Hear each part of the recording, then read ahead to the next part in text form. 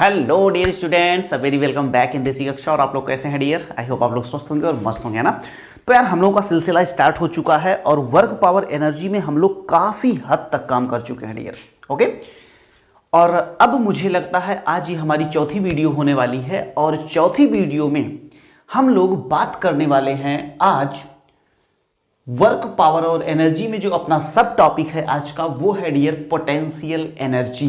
Potential energy तो कुछ points हमने पहले ही ऑलरेडी यहां पे लिख दिए हैं जिससे कि हम लोगों का समय बहुत ज़्यादा बर्बाद ना हो। ओके, और हम लोग फटाफट से वो बुलेट पॉइंट्स जान जाएं जो बुलेट पॉइंट्स हम लोगों को जरूरी हैं। ओके, तो सबसे पहली और सबसे मोस्ट इंपॉर्टेंट जो जानकारी है डियर वो ये है कि the energy possessed by a body और a system by the virtue of its position और configuration is called potential energy.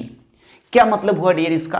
कोई भी बॉडी हो या कोई भी सिस्टम हो, उस सिस्टम के पास में जो काइनेटिक एनर्जी आएगी डियर, सॉरी काइनेटिक नहीं, पोटेंशियल एनर्जी जो आएगी वो उसके पोजीशन की वजह से आएगी, वो उसके पोजीशन की वजह से आएगी या उसके कॉन्फ़िगरेशन की वजह से आएगी। इसका मतलब ये होता है कि किसी भी वस्तु की जो स्थिति होती है, जो पोजीशन होती है, वो पोजीशन ही उसके अंदर पोटेंशियल एनर्जी के लिए रिस्पॉन्सिबल होती है। ओके डियर, पोटेंशियल एनर्जी के बारे में हम लोग ये जानेंगे कि सबसे पहली बात तो this particular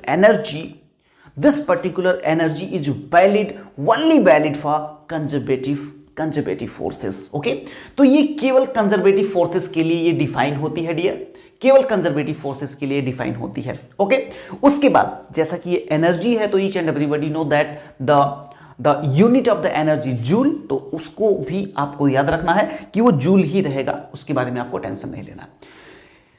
it is the property of entire system. याद रखिएगा माय डियर कि जब कभी भी किसी भी ऑब्जेक्ट की पोटेंशियल एनर्जी के बारे में हम लोग बात करेंगे तो हम लोग उसके इंटायर सिस्टम को कंसीडर करेंगे।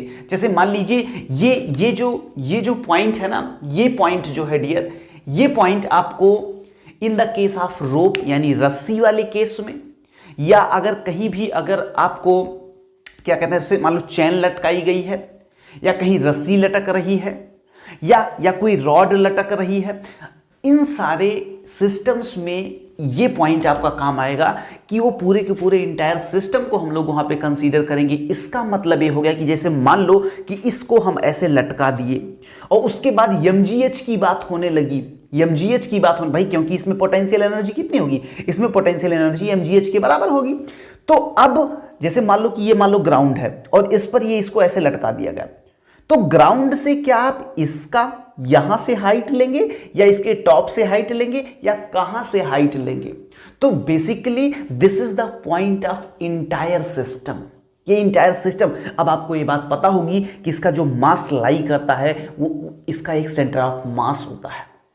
तो सेंटर ऑफ मास के अकॉर्डिंग हम लोग पोटेंशियल एनर्जी की बात करेंगे डियर। ओके, हाँ, तो ये वाला जो पॉइंट है कि it is the property of the entire system, तो इसका मतलब यही हुआ कि हम लोग इंटायर सिस्टम को कंसीडर करते हुए उसका सेंटर ऑफ मास देखेंगे और वहां से कंसीडरेशन अपनी स्टार्ट करेंगे। ओके डियर, हाँ, आइए नेक्स्ट पॉइंट है कि it also depends on the frame of reference. Definite सी बात है भाई कि ये फ्रेम ऑफ रेफरेंस पे डिपेंड करेगी, क्योंकि हम कहां पे खड़े हैं, वहां से किसी वस्तु की क्या पोजीशन है, या कोई दूसरा बंदा खड़ा है, उस बंदे के पास से उस वस्तु की क्या पोजीशन है, उस ऑब्जेक्ट की क्या पोजीशन है। तो the position of the body may be very from the different sources, you can say sources, or you can say कि different frame of references।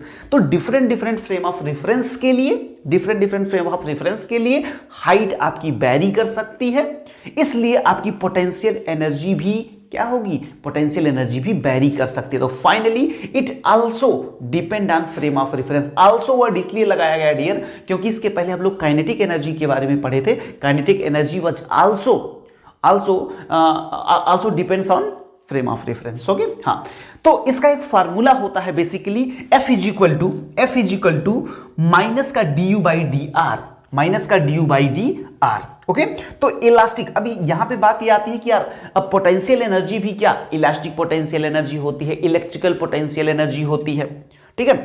उसके बाद आपका जो है इलास्टिक पोटेंशियल एनर्जी हो गई, आपकी इलेक्ट्रिकल पोटेंशियल एनर्जी हो गई, या आपका ग्रेविटेशनल पोटेंशियल एनर्जी हो गई। तो there are so many types of क्या कहते हैं कि पोटेंशियल एनर्जीज, और वो सारी बातें। इलास्टिक पोटेंशियल एनर्जी को हम लोग हमेशा U से रिप्रेजेंट करते हैं, U इक्वल टू -W, और ये हम लोग कहते हैं कि क्या -12kx²।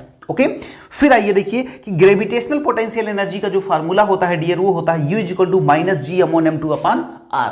ये इसको तो हम लोग डिटेल से देखेंगे ग्रेविटेशन वाले चैप्टर में, बिल्कुल आपको टेंशन लेने की नीड नहीं है।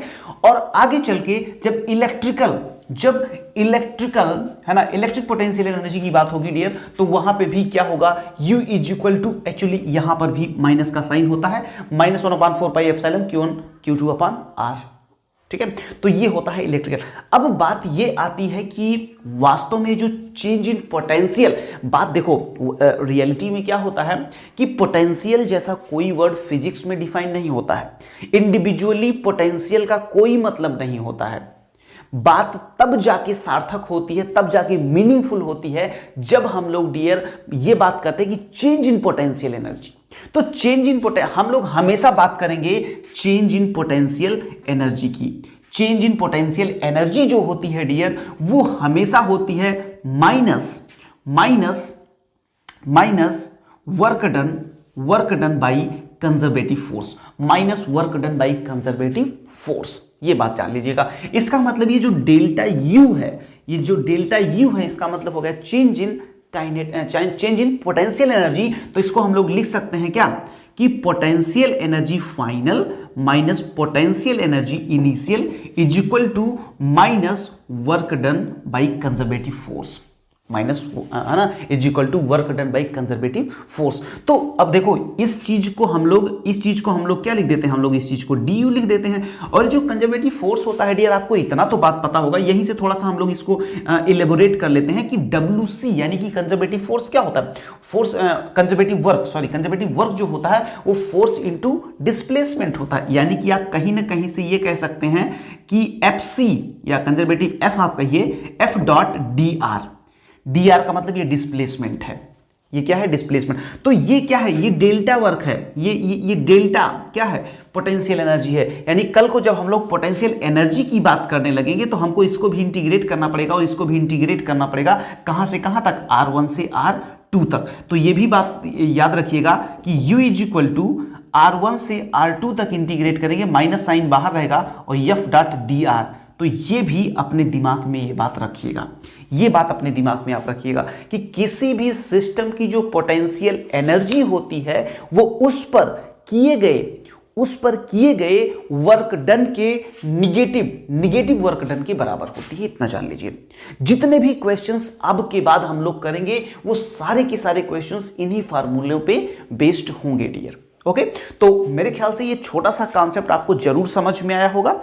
अगर इतनी बात आपको समझ में आई डियर, तो अब एक काम हम लोग करते हैं कि थोड़ा सा आगे बढ़ते हैं। ओके हाँ, तो फाइनली आपको क्या याद रखना है, फाइनली आपको ये बात याद रखनी है कि final potential energy final minus potential energy initial is equal to minus work done by the conservative forces. Okay हाँ बिल्कुल, तो बिल्कुल ठीक है। अब हम लोग क्या करते हैं, अब हम लोग क्या करेंगे, इन्हीं कॉन्सेप्ट को हम लोग अब क्वेश्चंस के माध्यम से अपने कॉन्सेप्ट को बूस्ट करेंगे। तो चलिए लेना शुरू करते हैं 1 बाय 1 क्वेश्चंस और करते हैं धमाल। ओके चलो हाँ, तो डियर अब हम लोग का सिलसिला स्टार्ट हो चुका है और अब हम लोग लेंगे 1 बाय 1 क्वेश्चंस, और क्वेश्चंस के थ्रू हम लोग क्या करेंगे, कुछ लेसन लेंगे और उस लेसन से हमारा कॉन्सेप्ट जबरदस्त होगा। आइए डियर, सबसे पहले हम लोग लेते हैं क्वेश्चन नंबर पहला। क्वेश्चन नंबर पहला आपकी स्क्रीन पे है। मेरे ख्याल से सबसे पहले आपको क्या करना चाहिए, वीडियो को पॉज करना चाहिए, और वीडियो को पॉज करने के बाद आपको अपना बेस्ट ट्राई करना चाहिए डियर। तो चलिए आप अपना बेस्ट ट्राई करिए और देखिए कि कितना आता है आपका आंसर। ओके चलो, तो मेरे ख्याल से आपने वीडियो को पॉज किया होगा और वीडियो को पॉज करने के बाद आप अपना बेस्ट ट्राई कर लिए होंगे। ओके डियर, आइए अब हम लोग बात करते हैं कि potential energy of a body इन, अब सुनिए ध्यान से, बहुत केयरफुल्ली क्वेश्चन को पढ़ा करिए। Potential energy of a body in position A is -40 joule, -40 joule. Work done by conservative force in moving body from A to B is, अब देखिए यहां पे जो जो इंफॉर्मेशन आपको दिया गया है, एक पॉइंट ए है, एक पॉइंट ए है, इसका मतलब ये हो गया डियर, ए पॉइंट पे उसकी पोटेंशियल एनर्जी है -40 जूल। इसका मतलब ये हो गया कि यू इनिशियल आपका है -40 जूल। अब इसको क्या किया जाता है, इसको बी तक ले जाया जाता है। इसको कहां तक ले जाया जाता है, बी तक। अब देखिए कंजर्वेटिव फोर्स, ठीक है, from A to B is -20। अब यहां तक लाने में जो इस पे कंजर्वेटिव फोर्स, कंजर्वेटिव जो वर्क किया गया है ना, कंजर्वेटिव फोर्स के द्वारा लगाया गया जो वर्क डन हुआ डियर, वो आपको दिया गया है कितना, -20 जूल। तो ये पूछ रहा है find the potential energy of the body in position B, यानी कि आपको निकालना है यू फाइनल, यू फाइनल। तो कुछ भी हो जाए माय डियर स्टूडेंट, आपको क्या करना है, आपको केवल अपने बेसिक्स के साथ कोई पंगा नहीं करना है। आप केवल बेसिक्स याद रखेंगे, बाकी तो आंसर यार फटाफट आ जाएगा। आपको बेसिक्स क्या पता है, आपको बेसिक्स पता है delta U is equal to, delta U is equal to जो होता है माइनस का वर्क WC होता है, माइनस का WC होता है, यानी कि work done by the conservative force का जो माइनस साइन के साथ होता है, यानी कि with negative sign the work done of conservation, मतलब कंजर्वेटिव फोर्स के द्वारा जो किया गया कार्य होता है उसका निगेटिव साइन जो होता है वही होता है चेंज इन पोटेंशियल एनर्जी। और चेंज इन पोटेंशियल एनर्जी क्या होता है dear, change in potential energy क्या होता है, U final minus U initial is equal to -WC। Basically this is the main formula, this is the main formula. इसी फार्मूले पे हमें काम करना है, बोलो हाँ या ना, पक्का। चलो ये बताओ यू फाइनल कितना है, यू फाइनल हमें पता नहीं है डियर, यू फाइनल हमें निकालना है माइनस यू इनिशियल कितना है, -40 है, आप -40 ही रखिएगा।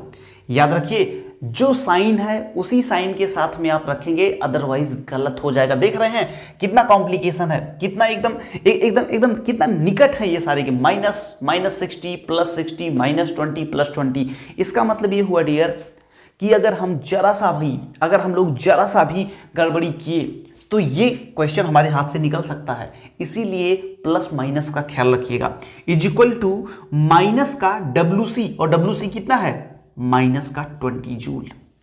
अब इसको आप सॉल्व कर लीजिए, you final +40 is equal two plus का 20। तो यू फाइनल कितना आया डियर, बताइए तो कितना आ गया, -40 +20 इज इक्वल टू -20 जूल। यानी यू फाइनल आपका कितना निकल के आया, यू फाइनल आपका आ गया डियर -20 जूल। यही होगा आपका आंसर, यही होगा आपका आंसर माय डियर। तो मेरे ख्याल से आपका आंसर आ चुका है, और आपका आंसर है -20 joule, C for Chennai. Okay, तो बिल्कुल डियर, आप मेरे ख्याल से क्वेश्चन को एंजॉय किए। और तो आप ये पूछेंगे कि भैया इस क्वेश्चन से लेसन क्या लेना है। इस क्वेश्चन से लेसन बस केवल हम यही कहेंगे कि आपको एक फार्मूला आना चाहिए, और वो फार्मूला है डियर इसका, किसका, कि U final minus U initial is equal to minus का work done by the conservative force. Okay, और उसके बाद जो दूसरा लेसन है डियर यहाँ जो लेने लायक है वो ये है कि आप जब कभी भी वैल्यू पुट कर रहे होंगे तो वैल्यू को आप हमेशा विद साइन ही पुट करिए, प्लस का माइनस, माइनस का प्लस, ऐसी गलती मत करिएगा, नहीं तो ब्लंडर हो जाएगा, दिक्कत हो जाएगी, और आंसर बिल्कुल आपका उल्टा सीधा आ जाएगा। ठीक है, क्योंकि ऐसी चीजों में ना ऐसी ही गलतियां होती हैं यार, तो ये गलती नहीं करना है। चलिए अब आइए क्वेश्चन नंबर नेक्स्ट, और ये क्वेश्चन अपने आप में बहुत ही प्यारा क्वेश्चन है। ये आई थिंक 2016 का क्वेश्चन भी है, 2016 का एम्स का आया हुआ क्वेश्चन भी है। तो ठीक है डियर, आप इस क्वेश्चन को आप अपना बेस्ट ट्राई करिए, और उसके बाद फिर हम लोग इसको सॉल्व करते हैं। ओके, हाँ चलो, तो चलिए ठीक है। आइए, if a conservative force is given as F is equal to, आपको दिया गया है, क्या दिया गया है dear, 2xi cap + 3 Y square J cap. ये आपको वर्क फोर्स का फंक्शन दिया गया है, फोर्स का फंक्शन दिया गया है। अब आपको बताना है find the potential energy at 3,4 if the energy at 2,1 is 8 joule. ये क्वेश्चन अपने आप में बहुत प्यारा क्वेश्चन है, बहुत प्यारा क्वेश्चन है। देखिए वास्तव में इसका मतलब ये हुआ डियर कि एक पॉइंट यहां पे ए है, एक पॉइंट ये ए है, यहां पे ये कह सकते हो कि ये इसका इनिशियल पॉइंट है, यानी कि यहां पे आपका पोटेंशियल एनर्जी आपका यहां पे इनिशियल होगा। एक बॉडी है जिसको यहां से यहां मान लो कि बी पॉइंट है, ये बी पॉइंट है और यहां पे इसका पोटेंशियल एनर्जी फाइनल होगा। ए का जो कोऑर्डिनेट आपको दिया गया है, ये देखिए ए का जो कोऑर्डिनेट है वो 2,1 है और यहां पे जो एनर्जी है वो 8 जूल है, याद रखिएगा। बी का जो कोऑर्डिनेट है डियर वो है 3,4 और यहां पे आपको एनर्जी पता करना है। तो अभी अभी हमने आपको बताया था कि चेंज इन पोटेंशियल एनर्जी का क्या होता है, इंटीग्रेशन फ्रॉम R1 से R2 और F डॉट dr। ये बात भी, और माइनस का साइन यहां पे लगेगा, याद रखिएगा, विद माइनस साइन। इतनी बात अगर समझ में आई हो तो डियर हम लोग आगे बढ़ें। ओके चलो आओ, इसके बारे में आप जानते हैं ये क्या होता है, U final minus U initial is equal to minus का। अब देखिएगा यहां पे बात क्या हो रही है dear, here the force is given in the, है ना, फोर्स जो है वो फंक्शन के फॉर्म में दिया गया है। तो इसका मतलब जो इंटीग्रेशन आप करिएगा x का अलग होगा और y का अलग। इसका मतलब ये हुआ कि जो पहला इंटीग्रेशन होगा, इसको आप एक काम करिए, स्क्वायर ब्रैकेट के अंदर में रख लीजिए इसको स्क्वायर, क्योंकि बाहर माइनस का साइन है, स्क्वायर ब्रैकेट में इसको रख लो। क्या करिएगा इंटीग्रेशन, अब देखिए x का इंटीग्रेशन कहां से, 2 से लेकर 3 तक, 2 से लेकर 3 तक, और x क्या है, x का जो फंक्शन है 2x है, 2x dx प्लस फिर से इंटीग्रेशन आप y वाला करिए, y वाला जो इंटीग्रेशन है डियर वो है 3y स्क्वायर, और कहां से, 1 से लेकर 4 तक, 1 से लेकर 4 तक, और ये हो जाएगा आपका dy। यहां पे स्क्वायर ब्रैकेट आप क्लोज कर दीजिए। पहले बताइए आपको इतनी बात समझ में आई कि नहीं। अगर आपको इतनी बात समझ में आई होगी तो अब आपका क्वेश्चन डियर सॉल्व हो चुका है। आपको U फाइनल निकालना है, U फाइनल आपको निकालना है, माइनस का U इनिशियल आपको दिया गया है 8 जूल, यहां पे रख दीजिए। इज इक्वल टू क्या हो जाएगा बताइए, तो इज इक्वल टू क्या हो जाएगा यहां पे बताइए। जब आप इसको इंटीग्रेट करेंगे डियर तो ये हो जाएगा 2x स्क्वायर अपॉन 2, और इसमें लिमिट आप लगाएंगे कहां से, 2 से लेकर 3 तक, प्लस इसको जब इंटीग्रेट करेंगे तो ये आएगा 3y क्यूब अपॉन 3, और इस पे जब लिमिट रखेंगे तो 1 से 4 तक। मेरे ख्याल से इतना तो यार सबको इंटीग्रेशन आता है, इतना तो इंटीग्रेशन सबको आता होगा। ओके चलो, ये दो यहां से उड़ा दो और डायरेक्ट वैल्यू पुट कर दो। अपर लिमिट 3 त्रिक का 9 माइनस लोअर लिमिट 2 दूना 4 प्लस प्लस प्लस प्लस ये 3 गया तो 4 चौके 16 चौके 64, यानी 64 माइनस लोअर लिमिट कितना 1 1 1, ये हो गया। बाहर ये माइनस का साइन लगा है, भूलिएगा नहीं तो टेक्निकली क्राइम हो जाएगा आपके साथ, टेक्निकली क्राइम आप कर देंगे अगर ये माइनस हटा दिए तो। और यहां पे U फाइनल माइनस 8 है, इज इक्वल टू ये सब कुछ दिया गया है। मेरे ख्याल से आपका आंसर आ चुका है, क्या आ चुका है अभी देखते हैं।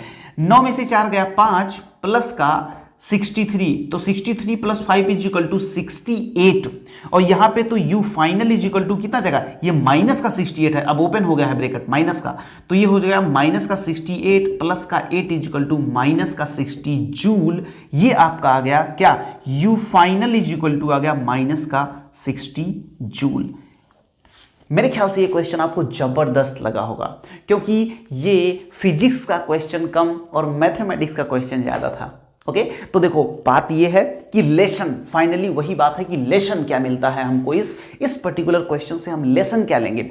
लेसन ये लेंगे डियर कि जब कभी भी आपका फोर्स, जब भी कभी आपका जो फोर्स है वो फंक्शन के फॉर्म में दिया गया है, जब भी कभी आपका फोर्स जो है, here force is the function of what, displacement कह सकते हैं आप, तो डिस्प्लेसमेंट के फंक्शन के फॉर्म में दिया जाए तो आपको क्या करना पड़ेगा, आपको वर्क डन निकालने के लिए, पोटेंशियल एनर्जी निकालने के लिए आपको ये इंटीग्रेशन वाला रूट अपनाना पड़ेगा। और इंटीग्रेशन में जानते हैं x का x के साथ होगा, y का y के साथ में होगा, यानी कि यहां पे जो, यहां देखो यहां पे dx, यहाँ पे dx ऑपरेटर लगा हुआ है, यहाँ पे dy ऑपरेटर लगा हुआ है। जब आप x का करेंगे तो x ऑपरेटर के साथ में करेंगे, और जब y का करेंगे तो dy ऑपरेटर के साथ में ही करेंगे। ये बात आप जान लीजिए। तो कभी भी ऐसे क्वेश्चन से घबराना नहीं है, आपको इनिशियल पॉइंट और फाइनल पॉइंट ध्यान में देना है, और इंटीग्रेशन आप इनिशियल पॉइंट से फाइनल पॉइंट के बीच में ही करेंगे। तो मेरे ख्याल से डियर ये क्वेश्चन आपको जबरदस्त समझ में आया होगा। चलिए अब सिलसिला आगे बढ़ाते हैं और लेते हैं कुछ नए सेट ऑफ क्वेश्चंस। ओके, चलो। हाँ, तो डियर ये क्वेश्चन आपके सामने है। अब इस क्वेश्चन को आप बिल्कुल पहले पढ़िए और पढ़ने के बाद अपना बेस्ट ट्राई करिए। मेरे ख्याल से ये क्वेश्चन बहुत ही लल्लू छाप क्वेश्चन है, लेकिन हाँ, कुछ ना कुछ तो चीजें हमें सिखा के जाएगा ही। जैसे क्वेश्चन आप पढ़िए, the work done in raising a mass of 15 gram from the ground to a table of 1 metre height is. तो भाई सीधी सी बात है कि यहाँ पे आपका ग्राउंड था, यहाँ पे क्या था, यहाँ पे आपका ग्राउंड था, और इस ग्राउंड से 1 मीटर की ऊंचाई पर एक टेबल यहाँ पे रखी है। अब क्या करना है कि इस मास को यहाँ से उठाना है और इसको उठा के यहाँ पे रखना है। तो भाई आपका क्या होता है, mgh2 माइनस h1, यही तो होता है भाई। चेंज इन काइनेटिक एनर्जी क्या होगा, चेंज इन काइनेटिक एनर्जी यही तो होगा। मतलब अगर आप ग्रेविटेशनल पोटेंशियल एनर्जी की बात करें तो यही तो होगा। m की वैल्यू कितना है, देखिए 15 ग्राम है, याद रखिएगा। ग्राम का मतलब 15/1000 into 10 into h2 minus h1। तो h2 कितना है 1 और माइनस h1 कितना है 0, तो ये 1 ही रह जाएगा। ये चला गया, ये चला गया, आपका आंसर कितना है 0.15 जूल। 0.15 जूल आपका डी वाला ऑप्शन बिल्कुल सही है। ओके डियर, तो इसमें बहुत अच्छे क्वेश्चन भी बनते हैं। बहुत अच्छे क्वेश्चन तब बनते हैं डियर इसमें जाके जब हम लोग इसमें इन्वॉल्व कर देते हैं पूरा का पूरा एक सिस्टम ऑफ बॉडीज का एक सिस्टम। जैसे मान लीजिए कि अगर हम, ये ग्राउंड है मान लीजिए, और इस ग्राउंड पे डियर ये इस तरीके से मान लो यहाँ पे चेन रखी हुई है। पहला केस ये है। दूसरा केस डियर ये मान के चलो कि ये आपका ग्राउंड है, ये आपका ग्राउंड है, और यहाँ पे चेन रखी गई है, यहाँ पे चेन रखी गई है h हाइट पे चेन रखी गई है। ओके, और तीसरा केस हम आपका बनाते हैं, तीसरा केस हम ये बनाते हैं डियर कि मान लो ये आपका ग्राउंड है और आपकी जो चेन है डियर वो आज ऐसी है, ऐसी है, ऐसी। अब तीनों केसेस में आपको क्या बताना है, तीनों केसेस में आपको पोटेंशियल एनर्जी बताना है। पोटेंशियल एनर्जी बताना है तीनों केसेस में। आपको ये बात पता है डियर कि जब भी हम पोटेंशियल एनर्जी की बात करते हैं तो भाई इसका कुछ ना कुछ मास होगा, इसका भी कुछ ना कुछ मास होगा, उसका भी कुछ ना कुछ मास होगा। लेकिन इस पूरे सिस्टम का जो मास होता है डियर वो उसके सेंटर ऑफ मास पे जाके सेंट्रलाइज्ड करता है। तो इसका सेंटर ऑफ मास यहाँ कहीं मिड में होगा, इसका भी सेंटर ऑफ मास कहीं यहाँ मिड में होगा, और इसका भी सेंटर ऑफ मास यहाँ कहीं मिड में होगा। ठीक है, तो जब अब इसकी बात करें तो ये ग्राउंड पे ही है, तो यानी इसके लिए जो mgh की वैल्यू होगी तो m तो मान लो इसका m होगा, g की वैल्यू भी g होगी, लेकिन h जो है चूंकि ग्राउंड पे ही रखा है इसलिए h की वैल्यू यहाँ पे 0 हो जाएगी। तो यहाँ पे जो पोटेंशियल एनर्जी आएगी वो कितना आएगी, पोटेंशियल एनर्जी यहाँ पे आएगी 0। ओके, तो मेरे ख्याल से आपको ये बात समझ में आई कि कैसे इसकी पोटेंशियल एनर्जी 0 है। आइए अब आप केस नंबर 2 पे चलिए, केस नंबर 2 पे। और केस नंबर 2 में जब आप देखते हैं तो इसका जो सेंटर ऑफ मास है, इसका जो सेंटर ऑफ मास है वो ग्राउंड से h हाइट पे है। आप हमेशा एक बात याद रखिएगा डियर, आपको हमेशा सेंटर ऑफ मास से ही मतलब होना चाहिए। ओके, हाँ, तो अब देखिए यहाँ से यहाँ के बीच की दूरी h है, तो इसका जो mgh आएगा वो क्या आएगा, वो आपका mgh एग्जैक्ट आएगा, एग्जैक्ट mgh आएगा, क्योंकि हाइट आपकी कितनी है ग्राउंड से, h है, कितनी है, h है, तो ये आएगा आपका mgh। ओके, हाँ, अब आइए आप जो थर्ड वाला केस है इसमें थोड़ा सा लोचा होता है।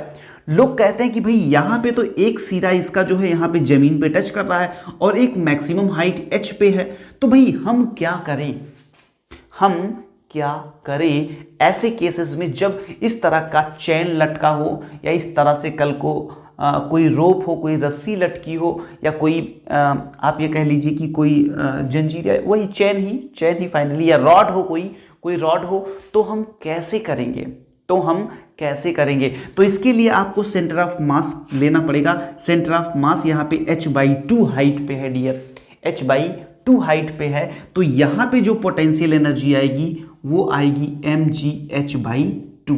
तो ये तीनों केस आप जाने रहिए कि क्या क्या आ रही है आपकी पोटेंशियल एनर्जी।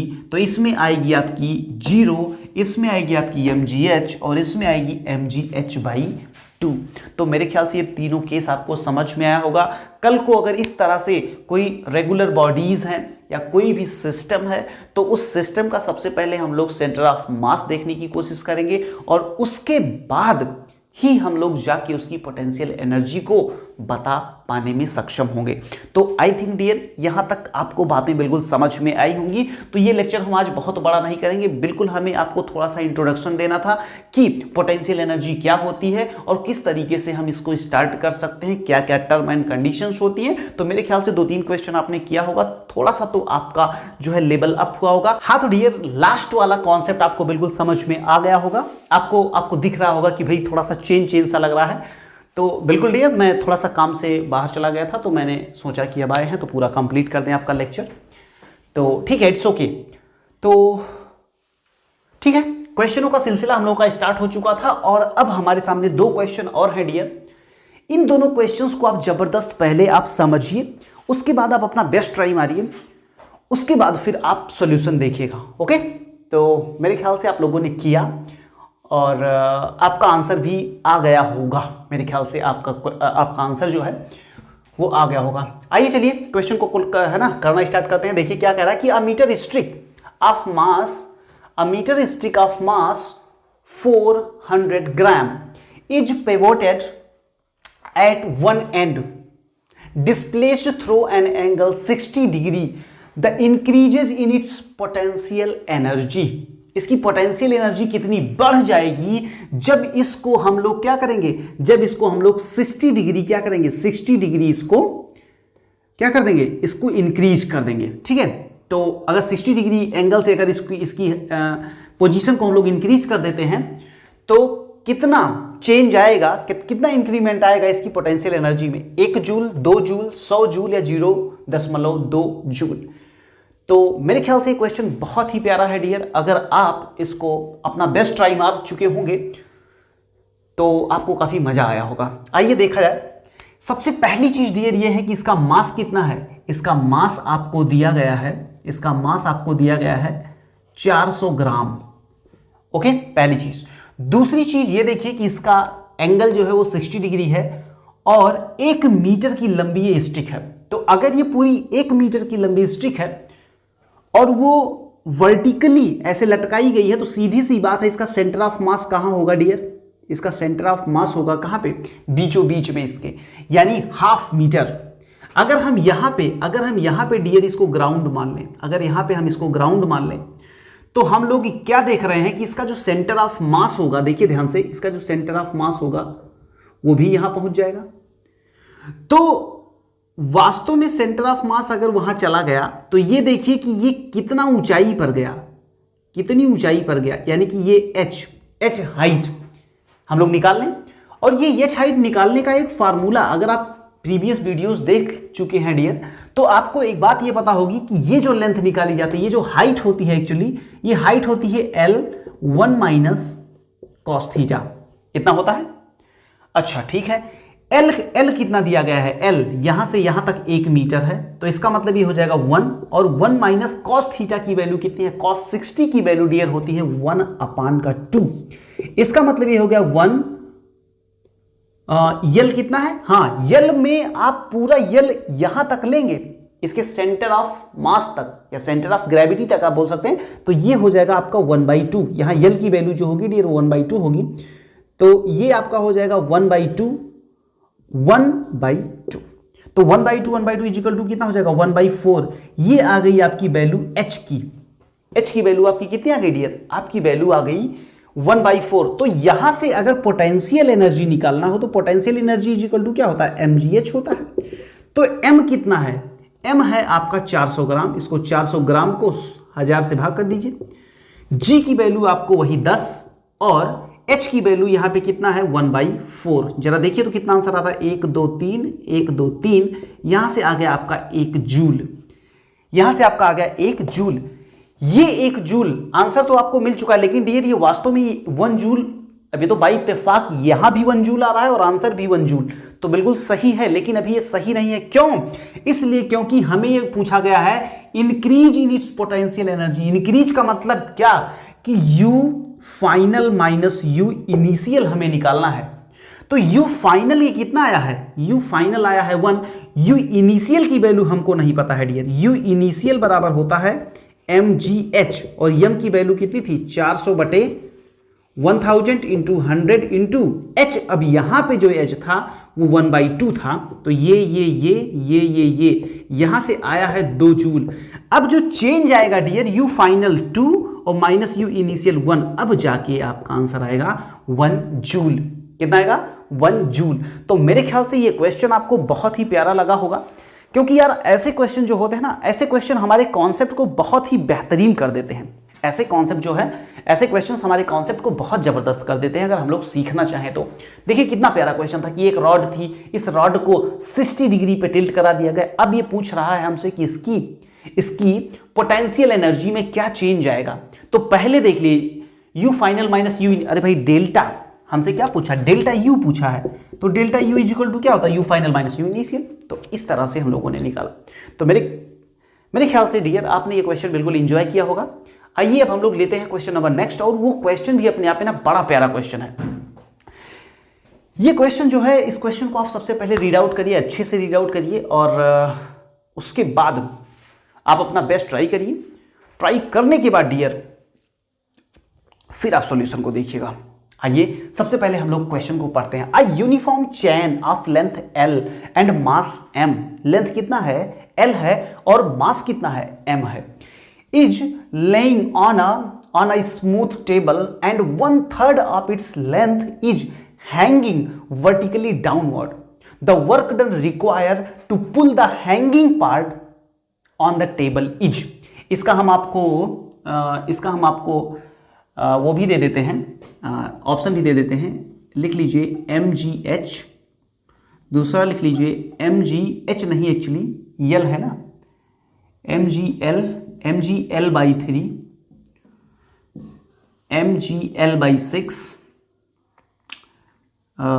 चौथा लिख लीजिए mgl/18 और यहां पे आप mgl/9 कर लीजिए।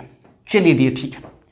अब इस क्वेश्चन को आप अपना बेस्ट ट्राई करिए, लगाइए अपना दम, और मेरे ख्याल से ये क्वेश्चन भी आपको ना बड़ा मजा दिलाने वाला, बहुत मजा दिलाएगा अगर आपने इसको कर लिया। तो सबसे पहले देखो यार, सबसे पहले इस क्वेश्चन का आइए हम लोग फिगर बनाने का कोशिश करते हैं। कि मान लीजिए ये आपकी टेबल है और ऐसे ही ये जो है ये एज से लटका हुआ है। ये क्या है, ऐसे लटका हुआ है, ऐसे लटका हुआ है, ऐसे ये ऐसे लटका हुआ है, ठीक है। तो पूरी जो लेंथ है इसकी पूरी लेंथ है L और पूरा जो मास है डियर वो है M। ये बात आप जान लीजिए।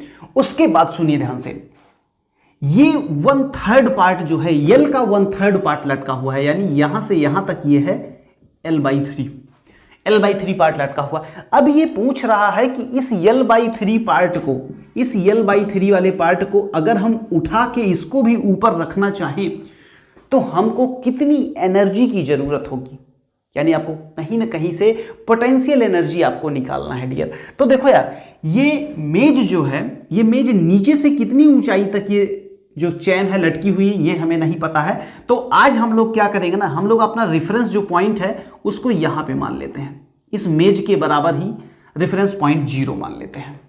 ओके, इतना मानने के बाद डियर ये बताइए कि इतना पार्ट लटका हुआ है, आपका L/3 पार्ट लटका हुआ है, तो इसका जो सेंटर ऑफ ग्रेविटी होगा वो इसके मिड पॉइंट पे कहीं होगा, इसके मिड पॉइंट पे कहीं होगा। अगर यहाँ कहीं मिड पॉइंट पे इसका सेंटर ऑफ ग्रेविटी होगा तो इसका मतलब सेंटर ऑफ ग्रेविटी जो होगा वो कहाँ पे होगा, L/3 का हाफ, बोले तो L/6 पे, L/6 मीटर पे होगा। बोलो हाँ या ना? ओके, तो L/6 मीटर पे अगर होगा तो आप ये देखिए कि ये जब अगर नीचे होगा तो इसकी जो पोटेंशियल एनर्जी होगी वो कितनी होगी डियर, आप बताइए हमें। इसकी जो पोटेंशियल एनर्जी होगी डियर वहां भी mgh ही लगेगा, लेकिन एक बात याद रखिए, ये पोटेंशियल एनर्जी आप इनिशियल निकालने जा रहे हैं, पोटेंशियल एनर्जी आप इनिशियल पोटेंशियल एनर्जी, तो यम की जगह पे आपका क्या हो जाएगा। अच्छा ये बताओ कि अगर पूरे के पूरे एल लेंथ का, इधर देखो, अगर एल लेंथ का मास यम है तो L/3 का कितना होगा, m/3 होगा, m/3 होगा। इसका मतलब जहां पे हमें यम लिखना था वहां पे आज हम लोग क्या लिखेंगे, m/3। g तो g ही होता है, लेकिन h की जगह पे हम लोग h/6 लेंगे। कितना लेंगे, h/6। तो ये बताओ माय डियर कि यहां से क्या आया, mgh, h नहीं एक्चुअली l, l, l, तो mgL/6 3 18, mgL/18। लेकिन ये तो इनिशियल है, अभी हमें फाइनल भी निकालना है, तो u फाइनल कितना आएगा आप बताओ जरा। u फाइनल में आप क्या कर चुके हो, इस पूरे की पूरी चेन को उठा के आप टेबल पे रख चुके हो। इसका मतलब हाइट क्या हो गया है। अच्छा यहां पे आपने हाइट जो है नीचे लिया है, इसलिए जो L/6 है ये वास्तव में माइनस का होगा, तो यहां पे माइनस आ रहा होगा आंसर। फाइनल जब आप फाइनल निकालने चले तो फाइनल कितना आ जाएगा, 0 आ जाएगा, क्योंकि वहां पे h की वैल्यू जो होगी वो आपकी 0 हो जाएगी। ओके चलो, अब आप चेंज इन पोटेंशियल एनर्जी निकाल लीजिए, u final minus u initial, तो u फाइनल कितना है 0 माइनस u इनिशियल कितना माइनस mgL/18, तो माइनस माइनस का क्या हो गया प्लस mgL/18। तो मेरे ख्याल से डियर ये क्वेश्चन आपको जबरदस्त समझ में आया होगा, और किस तरीके से ये वाला ऑप्शन आपका 4th नंबर वाला ऑप्शन आपका बिल्कुल करेक्ट है। ओके डियर, तो ये दोनों क्वेश्चन मेरे ख्याल से तुम्हारे अपने हुए होंगे। अब हम लोग क्या करते हैं, ऐसे ही क्वेश्चंस का सिलसिला चूंकि स्टार्ट हो ही चुका है, तो फिर से हम लोग नए क्वेश्चंस लेते हैं और इसको करते हैं स्विप। ओके चलो, हाँ तो डियर फिर अगला क्वेश्चन आप देखिए, दोनों क्वेश्चन है आपके सामने और दोनों क्वेश्चन बहुत ही बेहतरीन क्वेश्चन है।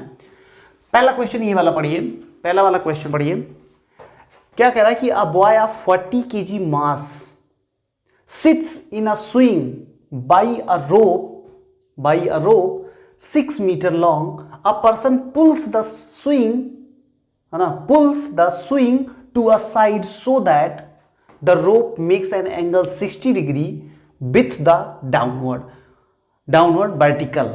ठीक है, what is the gain in potential energy. क्या है ये क्वेश्चन जानते हैं, ये क्वेश्चन है कि एक झूला टाइप का है, ऐसे लटका हुआ, एक रस्सी के सहारे एक लड़का क्या है, एक लड़का ऐसे ही यहाँ पे बैठा हुआ होगा, एक लड़का जो है ऐसे ही, फिर एक आदमी आता है इसको खींच लेता है या इसको पुश कर देता है, ढकेल देता है, और वो फिर ये पोजीशन में आ जाता है, वो लड़का जो है इस पोजीशन में आ जाता है, और एंगल जो बन जाता है वो 60 डिग्री का, बिल्कुल पुराने क्वेश्चन की तरह है, बस क्या है कि इसकी लैंग्वेज थोड़ा सा चेंज है, बस बाकी कुछ नहीं है डियर। तो अब आपको ये बताना है कि गेन इन पोटेंशियल एनर्जी, कितनी पोटेंशियल एनर्जी इसने गेन करी।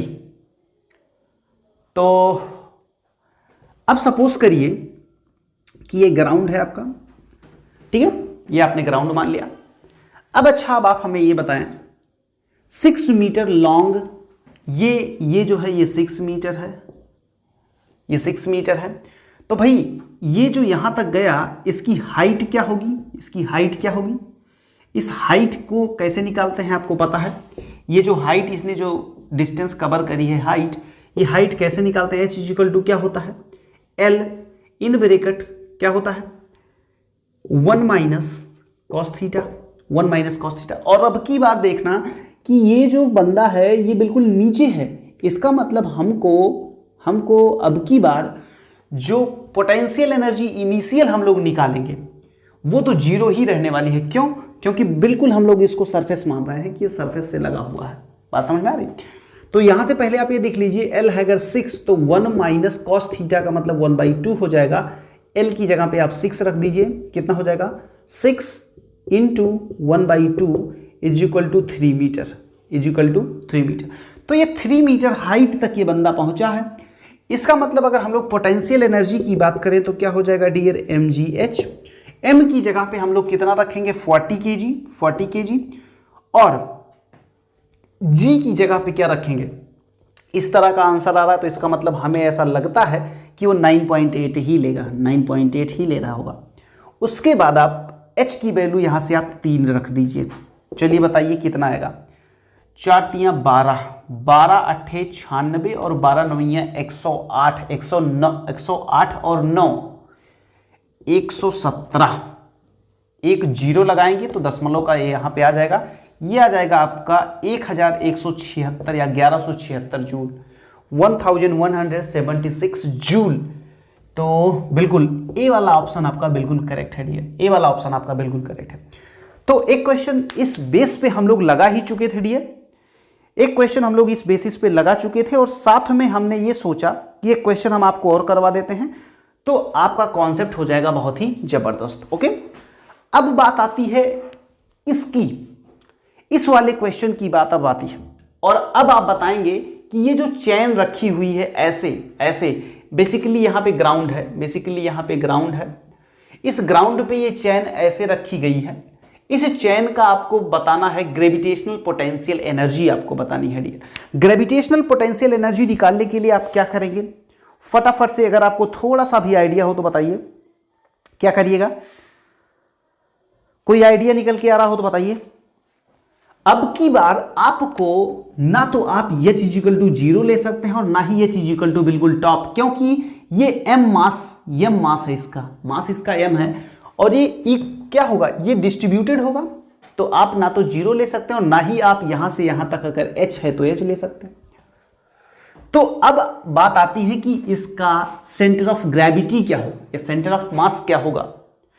तो भाई एक बात याद रख लीजिए, अगर इस तरीके से अगर कोई क्वाड है, अगर इस तरीके का कोई क्वाड है तो इसका जो सेंटर ऑफ मास होता है डियर वो यहां पे होता है -2 pi by R, 2 pi by R comma 2 pi by R, ये बात याद रखिएगा आप। इस तरीके का जो होता है इसका, इस तरीके का इसका सेंटर ऑफ ग्रेविटी होती है 2r by pi, sorry bro actually हाँ ये 2r बाई पाई होता है, 2r बाई पाई और ये भी हाँ ये भी 2r बाई पाई होता है। ये सारी बातें आप टेंशन ना लीजिए, ये सारी बातें हम लोग आएंगे जब हम लोग सेंटर ऑफ मास वाला चैप्टर पढ़ने लगेंगे उधर आगे चल के, तो ये सारी बातें हम लोग करेंगे। अभी आप बिल्कुल रिजिड बॉडी में सारी बातें हम लोग करेंगे, बिल्कुल अभी आप टेंशन ना लीजिए। -2r बाई पाई और 2r बाई पाई होता है। अब यहाँ से अगर हम लोग पोटेंशियल एनर्जी की बात करें डियर तो क्या होगा, सीधे से यही हाइट वाला पोर्शन ले लिया जाएगा, तो क्या हो जाएगा potential energy is equal to mgh। तो mgh की m की जगह तो m रहेगा, g की जगह g रहेगा और h की जगह आपका हो जाएगा 2r बाई पाई। तो फाइनली हो जाएगा 2r mg अपान पाई, 2r mg अपान पाई। तो मेरे ख्याल से ये दोनों क्वेश्चन भी आपने एंजॉय किया प्रॉपर गुड फॉर्म में। तो अब हम लोग क्या करते हैं डियर, अब हम लोग लेते हैं कुछ नए क्वेश्चंस। ओके चलो, हाँ तो डियर इतना सीखने के बाद अब हम लोग करते हैं थोड़ा सा अपने आप को थोड़ा सा आगे बढ़ाते हैं और अब हम लोग पोटेंशियल एनर्जी में ही हम लोग बात करते हैं इलास्टिक पोटेंशियल एनर्जी की, इलास्टिक पोटेंशियल एनर्जी की, elastic potential energy. Elastic potential energy क्या होती है डियर, इलास्टिक पोटेंशियल एनर्जी की बात तब आती है जब हम लोग स्प्रिंग को लेते हैं। ओके, जब आप स्प्रिंग को लेते हैं, सपोज करिए कि एक स्प्रिंग है और इस स्प्रिंग से आपने किसी एक मास को यहां पे एडजस्ट करके रखा हुआ है। ओके, ये अपने नॉर्मल पोजीशन पे है, ये अपने नॉर्मल पोजीशन पे है ये स्प्रिंग, और सेकेंड पोजीशन हम इसकी ये बनाते हैं कि हम लोग इस पर एक फोर्स अप्लाई करते हैं, इस पर हम लोग एक फोर्स अप्लाई करते हैं और फोर्स अप्लाई करने के बाद ये स्ट्रेच्ड हो जाती है। ये क्या हो जाती है, ये स्ट्रेच्ड हो जाती है। जैसे ही आपने फोर्स अप्लाई किया ये स्ट्रेच्ड हो गई। स्ट्रेच्ड देखिए कितना हो गई है, ये मान लीजिए कि x मीटर स्ट्रेच्ड हो गई है। तो भाई हुक्स लॉ के अकॉर्डिंग इतना तो हम लोग जानते हैं डियर, इतना तो हम लोगों को पता होता है कि इस पे जो स्प्रिंग फोर्स F लग रहा होता है उसकी वैल्यू होती है kx के बराबर। ओके, F इजिकल टू क्या होता है, kx के बराबर। लेकिन यहां पे हमको बात करनी है इलास्टिक पोटेंशियल एनर्जी की डियर। तो भाई इलास्टिक पोटेंशियल एनर्जी का मतलब ये हो गया कहीं ना कहीं से हम वर्क डन जैसी बात कर रहे होंगे। तो जरा आप ये बताइए, जब आपने फोर्स इधर अप्लाई किया तो इसमें जो डिस्प्लेसमेंट हुआ है, इसमें जो इलोंगेशन हुआ है, वो इलोंगेशन किधर हुआ है, फोर्स की डायरेक्शन में ही हुआ है। फोर्स की डायरेक्शन में ही हुआ है। तो भाई फोर्स की डायरेक्शन में ही अगर इलोंगेशन हुआ है तो इन दोनों के बीच में जो थीटा है, यानी कि इलोंगेशन और अप्लाइड फोर्स के बीच में जो डिस्टेंस जो एंगल बना हुआ है डियर, वो कितना है, वो एंगल भी आपका कितना है, 0 डिग्री है। ओके, तो अगर हम लोग ये बात करें कि इसमें जो फोर्स F लगाया हमने, तो इसमें जो इलोंगेशन हुआ बिल्कुल डेल्टा एक्स हुआ। कितना हुआ, डेल्टा एक्स इलोंगेशन हुआ। तो भाई W इजिकल टू क्या हो जाएगा, W इजिकल टू हो जाएगा F dot D x, delta कह लीजिए, बिल्कुल डिफरेंशियल लेंथ के बराबर क्या होगा, उसमें इलोंगेशन होगा। तो ये जो यही जो वर्क डन होगा, एक्चुअली यही work done elastic potential energy के फॉर्म में इसमें स्टोर होगा। यही वर्क डन जो होगा माय डियर, वो इलास्टिक पोटेंशियल एनर्जी के फॉर्म में इसमें स्टोर्ड होगा। तो आप जरा ये बताइए कि अगर हम, तो ये जो अगर ये dx है तो इसका मतलब ये dw होगा, यानी छोटा सा वर्क डन भी होगा। यानी कि अगर हम लोग एक तरह से बात करें तो dw इजिकल टू क्या हो गया, f dx हो गया, f dx हो गया, बोलो हाँ या ना। इसका मतलब ये हो गया कि अगर हमको इस वर्क डन को कंप्लीटली फाइंड आउट करना है डियर, तो मान लीजिए कि x इजिकल टू 0 से हमने x तक इसको इंक्रीज कर दिया है। क्यों, इसलिए क्योंकि f इजिकल टू क्या लिखने वाले हैं हम लोग, f is equal to kx dx लिखने वाले। इतनी बात अगर आपको समझ में आती है डियर, तो यहां पे भी इंटीग्रेट आपको करना होगा x इजिकल टू 0 से x इजिकल टू कहां तक, x तक। इतनी बात आपको समझ में आई? अगर इतनी बात समझ में आई तो बस बचा क्या, अब तो कुछ बचा ही नहीं, अब तो इंटीग्रेशन बचा है और आपको फाइनल सॉल्यूशन आपके हाथ में आने वाला है। तो जब इंटीग्रेशन आप इसका dw का करिएगा तो वर्क डन कह लीजिए, पोटेंशियल एनर्जी जो आपकी आने वाली है, इलास्टिक पोटेंशियल एनर्जी UE कह लीजिए, इलास्टिक पोटेंशियल एनर्जी आप कह लीजिए, कितना आ जाएगा डियर, यहां से बताइएगा। k तो कांस्टेंट है, ये बाहर हो जाएगा, और x का हो जाएगा कितना, x² 2 और कहां से कहां तक, 0 से x तक। तो भाई x है तो x ही रह जाएगा, कोई दिक्कत है नहीं। यानी कि यहां से इलास्टिक पोटेंशियल एनर्जी आपकी क्या आ गई डियर, kx² 2। ये एक बहुत ही प्यारा आपके सामने एक रिजल्ट आया है डियर, जिसको आपको याद रखना है। तो कभी अगर चेंज इन इलास्टिक पोटेंशियल की बात किया जाएगा तो U elastic initial, U elastic final minus U elastic initial भी हम लोग लिख सकते हैं। तो जैसी हमारे पास सिचुएशन रहेगी डियर, उसी हिसाब से हम लोग डील करेंगे चीजों को। ओके, तो मेरे ख्याल से यहां पे आपको एक एक्सप्रेशन और मिल चुका है, और वो एक्सप्रेशन किसका है, वो एक्सप्रेशन है आपको, है ना, आपका इलास्टिक पोटेंशियल एनर्जी का, जो कि होता है हाफ kx² के बराबर। ओके, तो ये जो छोटा सा कॉन्सेप्ट हम लोगों ने सीखा, अब इस कॉन्सेप्ट के बेसिस पे हम लोग मल्टीपल क्वेश्चंस करने चल रहे हैं डियर। ओके, तो चलो फटाफट से हम लोग क्या करते हैं, इस क्वेश्चन, है ना, इसको करते हैं स्वीप और लेते हैं कुछ बढ़िया क्वेश्चंस। ओके डियर, चलो। हाँ तो डियर, नेक्स्ट 2 क्वेश्चंस आपकी स्क्रीन पे कह लीजिए आ चुके हैं, और इन दोनों क्वेश्चन को आप अपना बेस्ट ट्राई मारिए और हमें बताइए कि आंसर कितना आएगा। आप यार कमेंट नहीं करते, कमेंट किया करो, बाद में हम पढ़ते हैं आपके कमेंट्स, तो हमें काफ़ी मज़ा आता है। ओके, क्योंकि हमें ऐसा लगता है कि जब आप वीडियो देख रहे हो ना, तो बिल्कुल आप इन्वॉल्व हो जाइए, ऐसा लगे कि केवल आप हैं और हम हैं, बाकी वहाँ पे कोई नहीं है। ठीक है, यानी कि मोबाइल से आप इतना कनेक्टेड हो जाइए उस समय कि बिल्कुल ऐसा लगे कि आप क्लासरूम में बैठे हो। इतना डिसिप्लिन जब आप दिखाइएगा ना, तभी जाके कुछ इस लेवल पे मजा आएगा कि हाँ यार, तुम कुछ कर रहे हो और हम कुछ करवा रहे हैं। ओके, तो चलिए ठीक है, आइए अब इस क्वेश्चन को आप बहुत ही ध्यान से, बहुत ही केयरफुली इसको पढ़िए। When a long spring is stretched by 2 centimetre, its potential energy is U। its potential energy is U. If the spring is stretched by 10 centimeter, the potential energy is actually will be कितना होगा ये बताइए? U by 5, 5U, 10U, 25U, बताइए। मेरे ख्याल से आप देखिए, ध्यान से देखिए, ये आपकी स्प्रिंग है, ये क्या है? ये आपकी एक स्प्रिंग है, ठीक है, ये आपकी एक स्प्रिंग है। इस स्प्रिंग को क्या किया जाता है? इस स्प्रिंग को स्ट्रेच किया जाता है कितना? मान लीजिए कि 2 सेंटीमीटर, इसको कितना? 2 सेंटीमीटर स्ट्रेच किया। तो जब 2 सेंटीमीटर स्ट्रेच किए यहां से यहां तक, मान लीजिए 2 सेंटीमीटर है, तो इसकी जो पोटेंशियल एनर्जी है ना, वो U, वो कितनी है? वो U है, पोटेंशियल एनर्जी U है। इसका मतलब हाफ के एक्स स्क्वायर की जो वैल्यू है माय डियर, वो कितनी है? वो है आपकी U।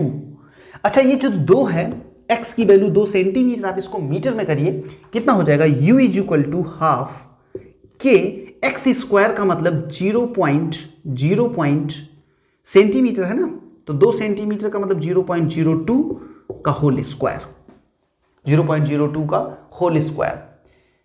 चलिए ठीक है, ओके।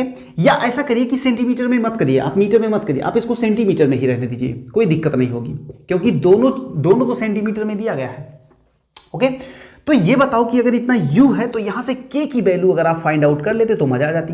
K की वैल्यू कितना हो जाएगा? 1/2K4, तो 2 चला जाएगा, तो यहां से K की वैल्यू आ जाएगी, K की वैल्यू, ये तो U है, K की वैल्यू आ जाएगी U/2। K की वैल्यू कितनी आ जाएगी? U/2। बात समझ में आ रही? अच्छा ठीक है, अब क्या करते हैं? अब इस स्प्रिंग को फिर से स्ट्रेच्ड करते हैं और कितना ले जाते हैं इसको? अब की बार ले जाते हैं कितना? 10 सेंटीमीटर। कितना?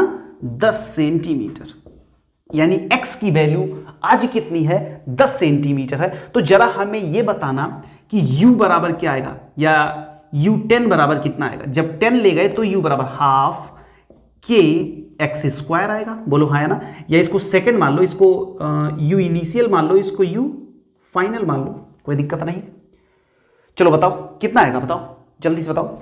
हाफ के, अब k की वैल्यू तुम्हें U/2 दी गई है, U/2 इंटू एक्स स्क्वायर का मतलब हुआ डियर 10 का स्क्वायर, तो कितना आएगा ये बताओ? 2 2 4, यानी 1/4 U इंटू 100, कितना आ गया? 25U आएगा। कितना आएगा?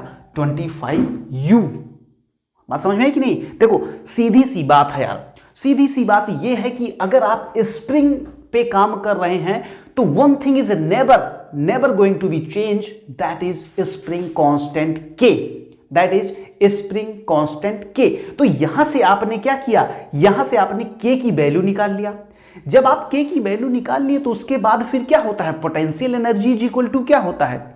Spring potential energy is equal to होता है हाफ के एक्स स्क्वायर। ये देखो half K X square, K की वैल्यू आपने क्या किया? U/2 रख दिया, और x की जगह पे आपने क्या किया? 10 × 10 कर दिया, कोई दिक्कत ही नहीं हुई। तो 10 × 10 इज इक्वल टू कितना? 100। जब 4 से आपने डिवाइड किया तो आपका आराम से निकल के चला आया कितना? 25U। अगर पहले U था तो अब कितना होगा? 25U। एक बात आई समझ में? तो मेरे ख्याल से डियर ये क्वेश्चन भी आपको बिल्कुल जबरदस्त समझ में आया होगा।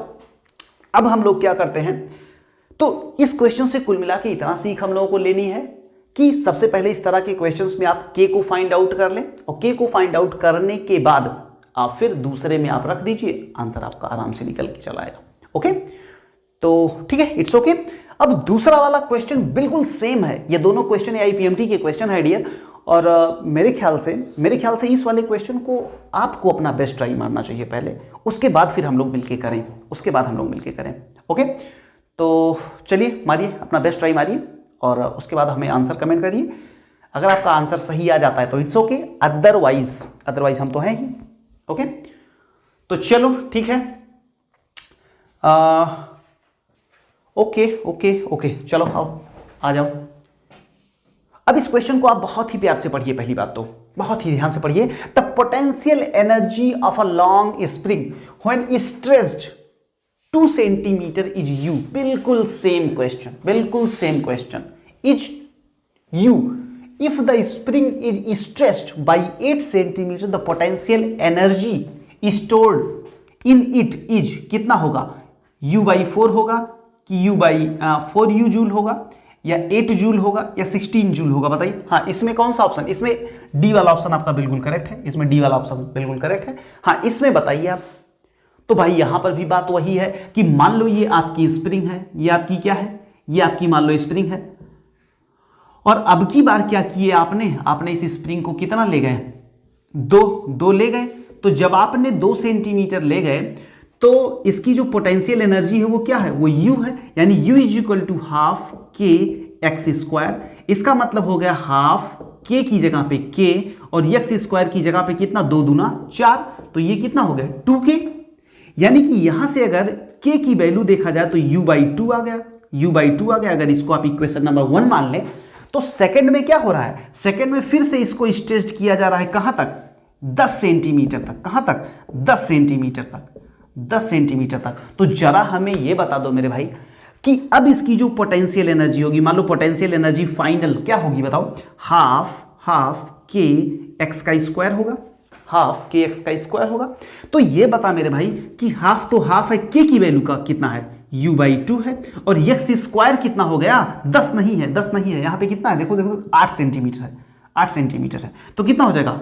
8 जा कितना हो जाएगा? 8 64 होगा ना। तो भाई 2 दूना 4 16, यानी 16 यूनिट आना चाहिए डियर। कितना? 16 यूनिट जूल, 16 यूनिट जूल। तो हाँ कहाँ? ये डी फॉर दिल्ली, तो D is the correct answer. तो इस तरह का कभी भी कोई भी क्वेश्चन हो माय डियर, आपको हमेशा इसी तरीके से ही डील करना है। तो मेरे ख्याल से ये क्वेश्चन आपको जबरदस्त समझ में आया होगा।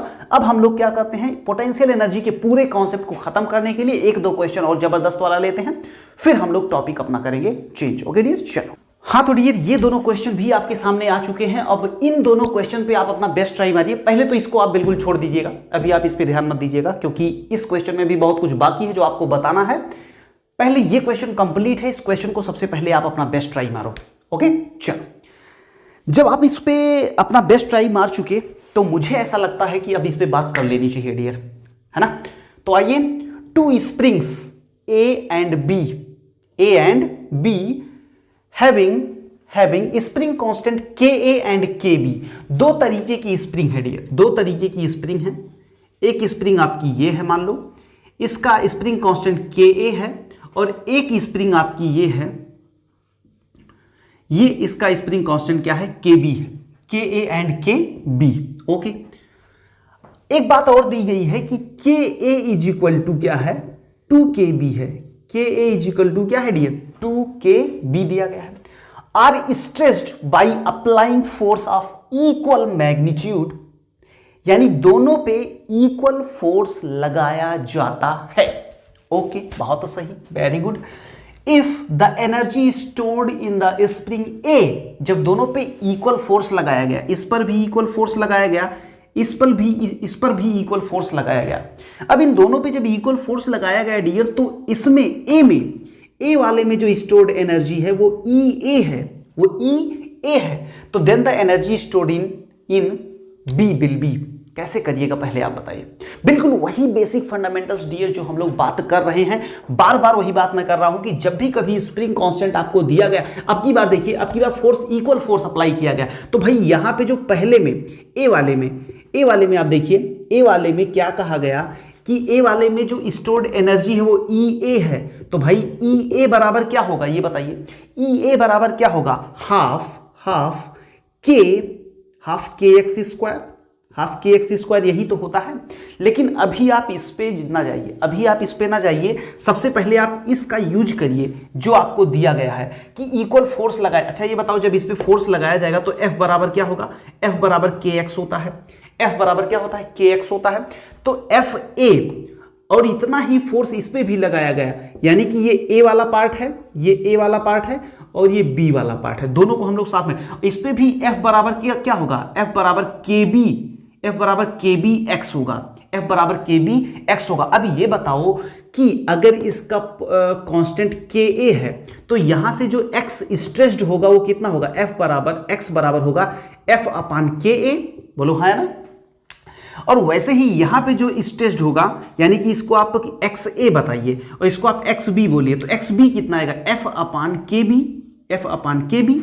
बात समझ में आई कि नहीं, पक्का? अच्छा ठीक है। अब हमें ये बताओ, एक चीज आपको और दिया गया है कि के ए बराबर 2kb है, के ए बराबर 2kb है। इसका मतलब जहां पे के ए रखा है वहां पे हम क्या लिख दे, 2kb लिख दे, और यहां पे केबी है ही। अब चलो आओ, अब आप ए के लिए निकालिए क्या, potential energy for a. Potential energy for a क्या होगा डियर, हाफ के और के की जगह पे क्या, के बी, लेकिन हाफ के ए। अच्छा ये क्या दिया गया है, के ए इज इक्वल टू 2kb दिया गया था, ठीक है। अच्छा ये चीज भी दिया गया है कि इसकी जो पोटेंशियल एनर्जी है वो ई ए है, यानी इसकी जो पोटेंशियल एनर्जी यू ए आप निकाल रहे हैं वो half K X square, half K x का मतलब क्या, के ए, और के ए बराबर 2kb दिया गया है। तो आप यहां पे लिखिए 2kb यानी हाफ के एक्स स्क्वायर, और एक्स की जगह पे आप रखेंगे एफ अपान 2kb। बात समझ में आई कि नहीं। और ये जो बराबर है ये किसके है, ये बराबर है किसके, ये है ई ए के बराबर, यानी ई ए की वैल्यू इतनी आ रही है डियर, इतना जान लीजिए, ई ए की वैल्यू इतनी, क्या क्या, ये 2kb तो सीधे कट जाएगा, ये आ जाएगा f अपान 2, यानी ई ए बराबर एफ अपान 2, तो एफ बराबर क्या होगा, जल्दी से बोलो, 2EA होगा। f बराबर कितना आएगा, f बराबर आ गया 2EA। अब यही चीज आप चलिए b में, क्योंकि b में हमसे पूछ रहा है देन स्प्रिंग है ना, then energy stored in b, तो चलो b के बारे में हम लोग बात करें तो यहां पे क्या हो जाएगा, हाफ के की वैल्यू यहां पे क्या है, kb है, half K X square half K X square की जगह पे आप कितना रखिएगा, एक्स स्क्वायर की जगह पे आप रखिएगा f अपान के बी, f अपान के बी, तो के बी तो गया, तो यहां से आया f अपान 2, और f बराबर कितना है ये देखिए, तो f बराबर कितना, 2EA है, तो f बराबर 2EA अपान 2, तो ये दोनों चला गया, तो यहां से आपका कितना आया एनर्जी, यहां से आपकी एनर्जी आई EA, कितना आई EA, कितनी आई EA, हाँ थोड़ा सा गड़बड़ है, हाँ EA बाई 2 कितना आएगा, EA बाई 2। तो मेरे ख्याल से डियर आपका answer number C is the correct answer. Okay dear, चलो तो मेरे ख्याल से ये क्वेश्चन आपको जबरदस्त लगा होगा। ओके चलो डियर, तो मेरे ख्याल से अब वो समय आ गया है कि जब हम लोग इलास्टिक पोटेंशियल एनर्जी को बाय बाय कहने वाले हैं, और आज के लेक्चर का ये लास्ट क्वेश्चन। ओके डियर, आओ ये क्वेश्चन आप समझिएगा केवल, ठीक है, इसलिए मैंने ये क्वेश्चन पूरा लिखा नहीं, बहुत बड़ा सा क्वेश्चन था, इसलिए मैंने इसको डायग्रामेटिकली हमने आपको बताने की कोशिश, है ना, मैं बताने की कोशिश करूंगा। देखिए ये है स्प्रिंग P, ये एक P स्प्रिंग है और ये एक Q स्प्रिंग है, ठीक है। सबसे पहले क्या किया जाता है, इस पे इक्वल फोर्स लगाया जाता है, और पहले ये देखिए कि इसका जो स्प्रिंग कांस्टेंट है ये Kp है, और इसका जो स्प्रिंग कांस्टेंट है वो Kq है। ओके हाँ, अब देखिए ध्यान से, इसको सबसे पहले जब इसको स्ट्रेच किया जाता है तो इसको x यूं कह लीजिए कि इक्वल लेंथ में, अगर है ना, सबसे पहले क्या किया जाता है कि इसको इक्वल लेंथ से स्ट्रेच किया जाता है, यानी इसको भी इक्वल लेंथ तक ले जाया जाता है, इसको भी इक्वल लेंथ तक ले जाया जाता है। केस नंबर पहला। दूसरा केस ये है कि इस पर इक्वल फोर्स लगाया जाता है, मतलब समझ रहे हैं ना, सबसे पहले क्या किया जाता है, इक्वल लेंथ तक ले जाया जाता है, केस नंबर 1। केस नंबर 2 है इक्वल फोर्स लगाया जाता है। अब आपको यह बताना है कि कौन से केस में जो वर्क डन होगा वो ज्यादा होगा।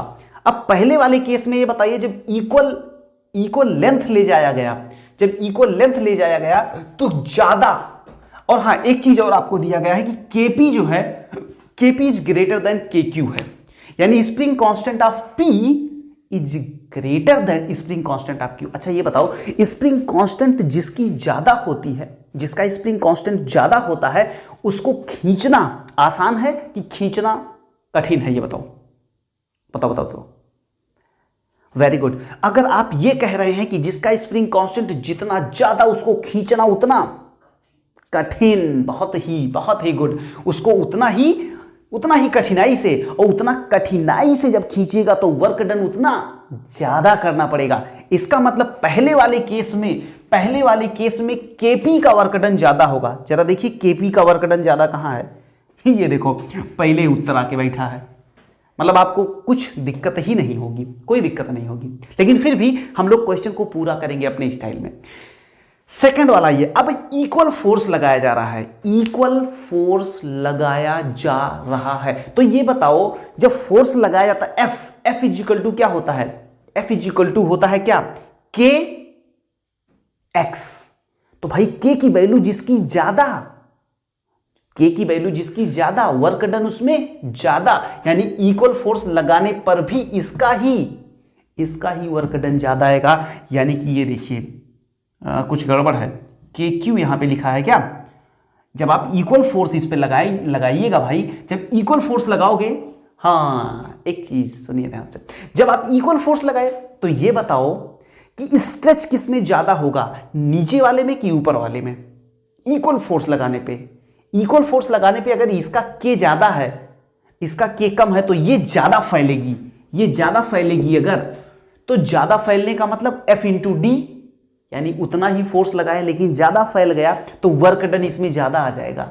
यानी Q वाले में, दूसरे केस में Q वाले में ज्यादा आएगा, बात समझ में आ रही। तो थोड़ा सा अगर आपको बेसिक्स पता है, अगर थोड़ा सा आपको स्प्रिंग कांस्टेंट का बेसिक पता है, स्प्रिंग का बेसिक्स पता है, तो ये क्वेश्चन आपने मेरे ख्याल से बहुत ही जबरदस्त एंजॉय किया होगा। तो ठीक है डियर, अब यहीं पे हम आज का ये लेक्चर यहीं पे हम समाप्त करेंगे, क्योंकि वीडियो बहुत ज्यादा बड़ी ना होने पाए, हमारा टॉपिक भी लगभग क्लियर हो चुका है। और अब हम लोग यहां से स्प्रिंग कांस्टेंट को बिल्कुल बाइंड अप करते हो, नए लेक्चर में मिलते हैं डियर।